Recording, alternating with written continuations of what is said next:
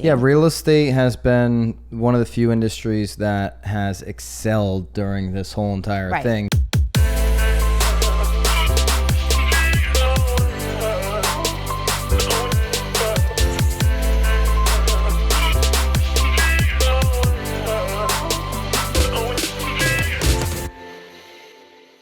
This is Byron and Nicole White, and you are tuned into episode 137 of The Real Word.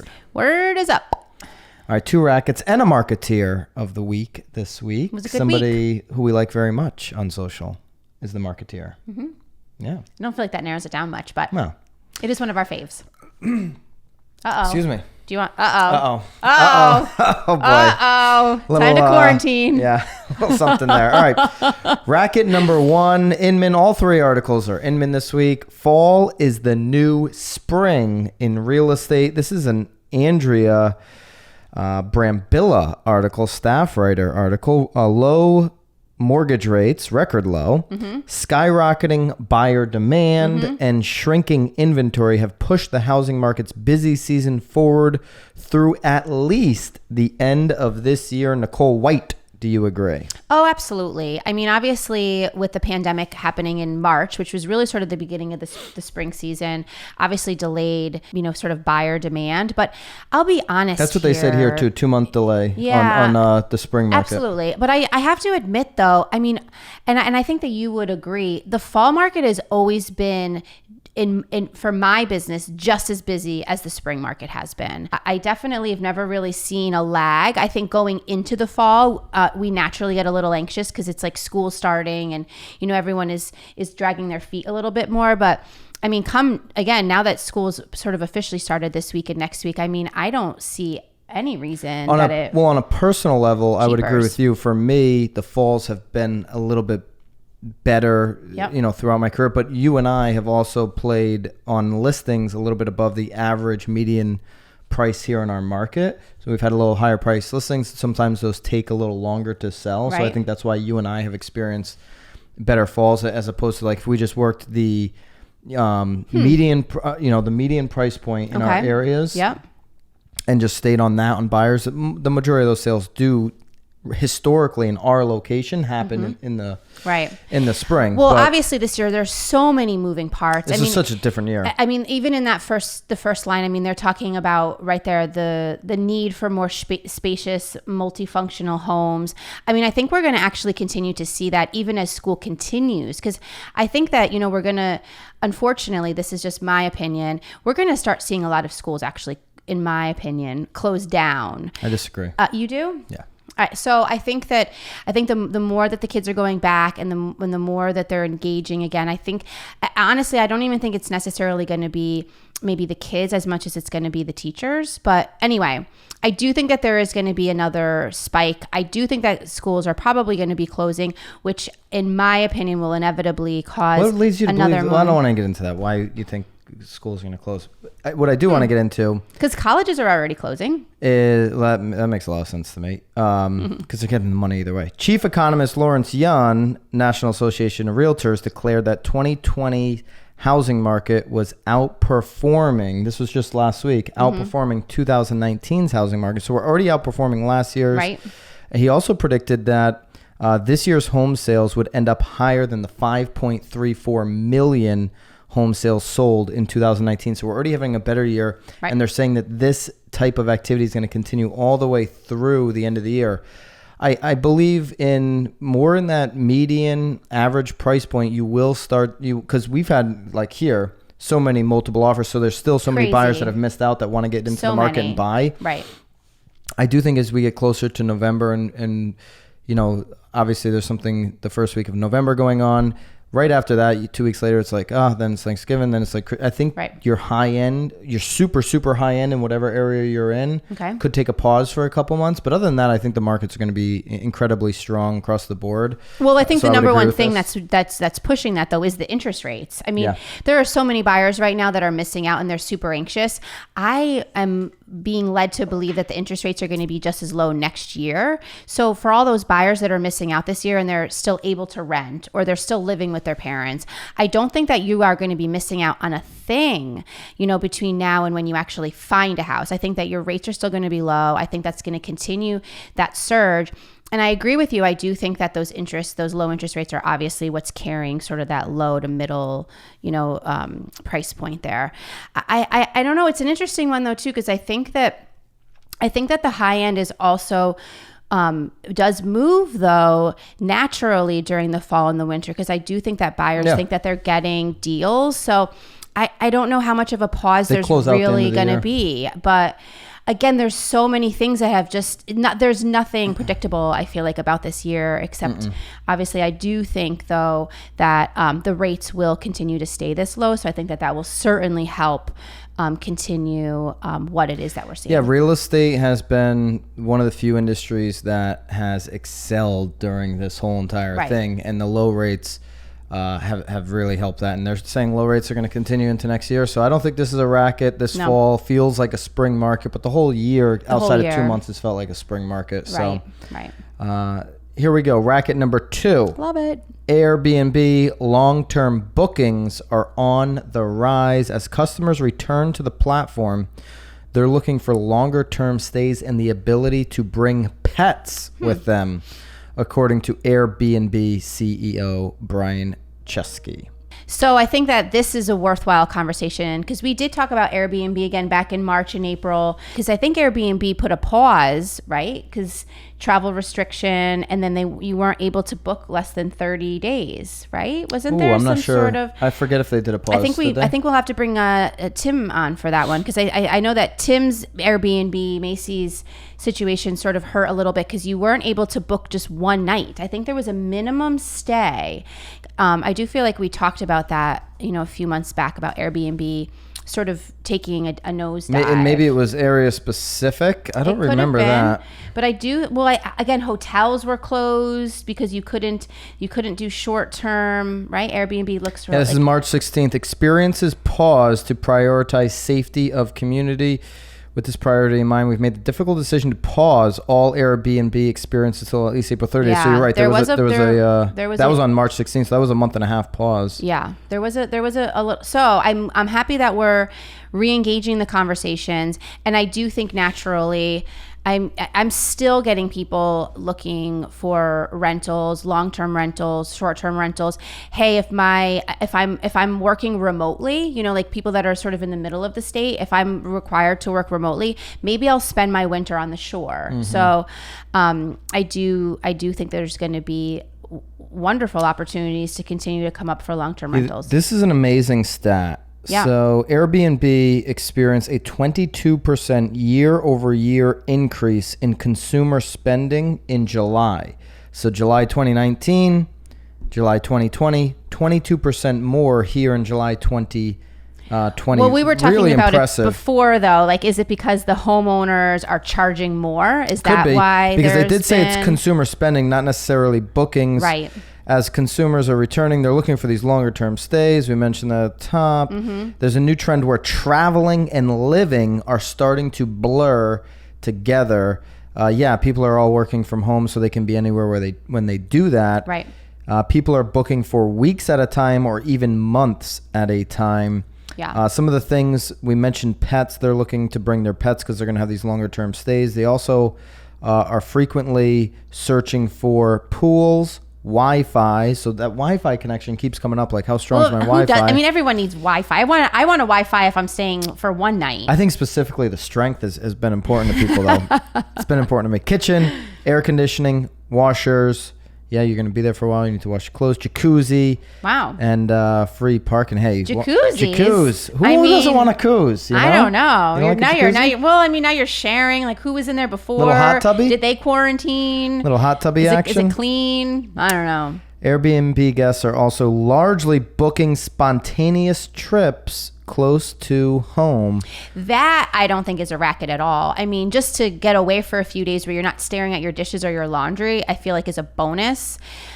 Again, a majority of schools too, and I can only speak for our area, are doing like the hybrid model for school too. So many families now are able to, if your kid is going to school Thursday, Friday, you can skip out of town Friday evening and then not come back until Wednesday. So, I mean, you're having like this consistently long weekend each weekend, especially if mom and dad don't have to go to an office to work. I mean, you're pretty much just moving back to your house for 2 days to go to school. And I think also the consensus too is that an Airbnb in a health pandemic is actually safer than a hotel, because there's a lot more people in the common areas of the hotel, just a lot more people potentially in a hotel, where if you have a single family Airbnb, but then but it's just better. I mean, now you're making your own breakfast, you're making your own lunch, especially if you're trying to do this on a, longer term basis. That, and like you're trying to save a little bit of money. I mean, as much as everybody obviously, you don't save any money on Airbnb. But I think you do, because you're able.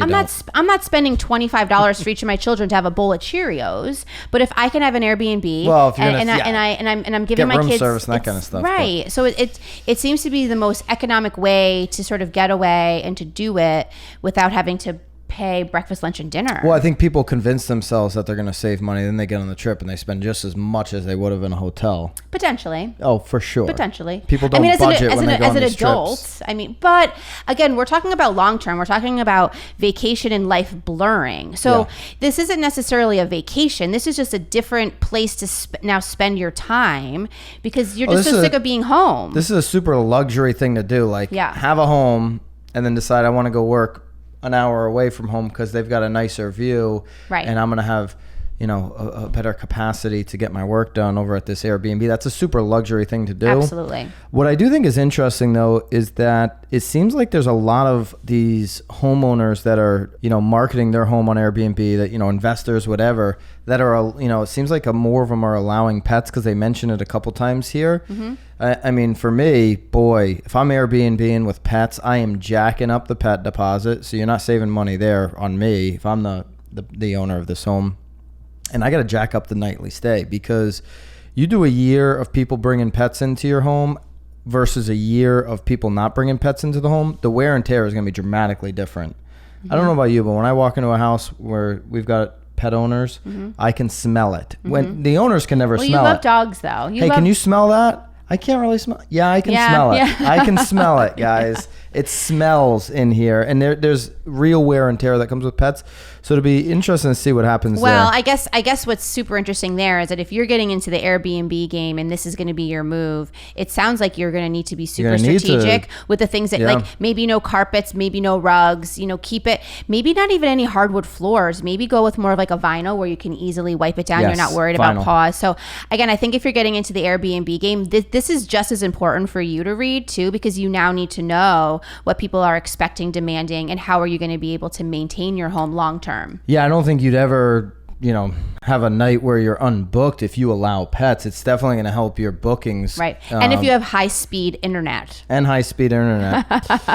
I've seen people put in like the, like in the foyer or whatever, a almost like a dog shower. So like if the dog comes in from the backyard, there's like a tub. It's like a car wash, for your dog. Right. Throw them in there. Maybe it's better off being outside though. I've seen them outside, but I've seen them inside too. Yeah. They, like in a mudroom area. You gotta give your dogs a shower every time before they come in the house. Oh, but then they're wet and then they're shaking. Yeah. And they're smelly when they're wet. I don't know. I think you might need to rethink that. What a racket. Anyways, Airbnb, I think that's a racket. Airbnb though is what I don't think is a racket is they are going to IPO before the end of this year. So investors, keep your eye out for that IPO. All right. Marketeer of the week. One of our online friends. I don't think I've ever met her. I think she talks to you more than she talks to me. Maybe I have met her. Katie Day, I think. She's great. Again, I swear she's like a photographer that follows her around, because she's always like, and she always is wearing. She's a true blue like Coldwell Banker agent. Yeah. I think her company is called Move Me to Texas. What's the name of her company? Yes. On a team, Move Me to Texas. It is something very similar to that. I'll look it up, Nicole. Move Me to TX, or anyway, because it's always on her shirt. She's always wearing the Coldwell Banker blue. But again, she's always like there's photos. Move me to Texas. You've got it. Yeah. Yeah. But I love her feed. But again, she's always look. You see, look. Yeah, she's in Houston. She's there, sitting there on a right there. Yep. Maybe we can pop up a couple of her she's IG always like photos. it's like she's got a photographer just following her around in her polo shirt. Here's why she's the Marketeer of the Week, not the polo shirt. Well, she's working though. She did an article. She's super consistent. Very consistent. She did an article on Inman, which we will post, and it's for Coldwell Banker. So to your point, she does wave the flag.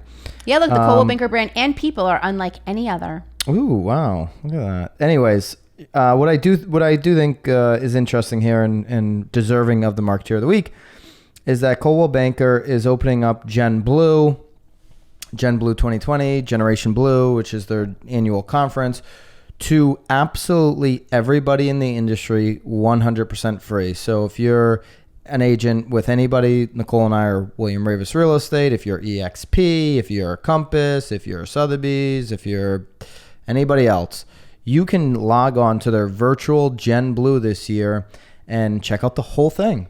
Check out every single thing they have to offer. I mean, Gen Blue. I'm sure it's going to be mesmerizing. Nicole, what did you say before the show? I didn't say a word before the show. I was a CB agent. I mean, I think they're great. I think they're just. Did you ever go to a Gen Blue? I don't know. Gen Blue looks like a lot of fun. I don't know the answer to that. I did go. They did send real me. in life ones. They did send me down to the breakers, though. I was like one of the top agents that got to go down to the breakers. Now that was your style. That was something special. Can I be very honest here? When are you not? I don't know if I'm the first one to say this, but I think these virtual conferences have absolutely blown. I hate these virtual conferences. They are terrible. Well, that's because you really like to go. You are a people person. Well, okay, so you are a networking person, I should say, not a people person. That's a good. You word are a for networking person. So that's what you're missing. Like you're not necessarily there to hear, Bob Blow talk. You're more there. Well, I am though as well. Yeah. For certain, yes. But what makes those conferences so effective is like you're feeling their energy, you're feeling your neighbor's energy, but then you also get to continue to feed that energy afterwards. Because once Bob Blow is done, you're just turning your computer off and you're like, all right. Well, I think the best one I've seen so far pulled off is Tom Ferry's Success Summit last week. He had like everybody on Zoom that wanted to participate like in the background of the person speaking, and that person could see all those little Zoom panels, those little Zoom faces on there. I thought that was interesting. Zoom. It's still Zoom. And like Gary Vee was the keynote. I made sure I checked that out, and Gary Vee did a great job as always, and he answered questions, and that was it was done very well. But I mean, like 3 times. I mean, Gary's from his like apartment in New York City, because you can see New York City buildings, or his office somewhere in New York City. And like 3 times he cut out. New York City's got like really strong Wi-Fi too, they say. Some of the best. Well. And like 3 times it's like freezing up. Yeah. And it's just like you start to get bored. You start to get fidgety. Everybody's got this like low attention Well, but then span. like there's things around you, and like you're looking at your dishes, you're looking at your laundry, like potentially if you're home. No, I'm not. But I know you're not. But it's very easy to be distracted. I mean, there is nothing better than hopping on a plane, for that one in particular, flying to California. Doing that for 4 days, like there, and you leave and you feel full. But anyways, I think this is a good move for CB to get a little publicity. Why not? Well, what a great recruiting piece too. I think what you said before the show, you said that they're not going to show you any of their hidden handshakes. No, there's no hidden handshakes. I'm not even so certain that at Gen Blue there ever was anything. No, I mean, even if at our Ravis events, there's nothing hidden. There's nothing like proprietary necessarily. It's there's just some like good information for sure. For sure, I'm not saying that. And when I used to go to like the Sotheby's ones, I always used to say when people would ask me like, hey, what's the best, if I only could go to one conference a year, which one should I go to? Because like the Sotheby's one was a lot of money, so like people in Sotheby's would ask, it was a lot of money. It'd be in Miami or Vegas or somewhere. Just the ticket to go, they would charge you like thousands of dollars, $2,000, $1,800 or something. Oh, just to go to the conference? Just to go to the conference. Then you have to pay for the hotel and then fly. And you got to pay for everything. Yeah. Even if you were a speaker there, they were charging you the... Oh, were you a speaker one time? I was, yes, I was. And they didn't? Nothing Nothing Sotheby's. Anyways, people would ask me like, in Sotheby's, should I go to that? I would always say go to the Tom Ferry Success Summit or one of the Tom Ferry. You're actually going to probably spend way less money. And, not a knock on Sotheby's. This is to your point. A lot of these, and this will be probably the same thing with Gen Blue. It's all fluff, man. It is all company fluff. Rah, rah. It's a lot of that rah, rah. And pushing towards their agenda, not necessarily towards the agent's agenda. And your real value from those is going to be the relationships that you build. So like if you are going to go to, Gen Blue's virtual, but next year, if you're going to go to the real one or like the Sotheby's one that I mentioned or something like that, the value is in collaborating and building a real relationship with other people that you can either start a mastermind with and learn from each other, or obviously do referrals, right? Whatever. But that's where the real value is on those. The virtual experience, are you going to check it out? I'll see who the speakers are. I barely get onto my kids' Zoom calls, but I would participate. They've got a link in here. We're going to link up the article, and within that article is the link for why don't we experience. Maybe what we should do is we should pick a day. We'll watch it here in the office, and then we could talk about it on one of our Real Words. It's the 16th. That's next week. So we could follow it up the next week, see what we think. Andy Grammer. Ever heard of him? He's a songwriter. What is this? What is this, a concert? Well, it's happy hour on Thursday. Ooh. Dave Ramsey. I would like to check that one out. Dave Ramsey's going to be on there. That could be interesting. I don't think a singer. Relax. It's happy hour right there. Gen Blue happy hour on Thursday, September. It's happy hour. He's just playing music so we could have a happy hour. Talk about the fluff. All right. Katie Day, great job, though, covering the story and getting the message out for your brokerage. I think you're amazing, Katie. You're the Marketeer of the week, not necessarily CB. Any parting shots, Nicole? No? All right, guys. That's a review, right? That's it. Keep it real. Bye, guys.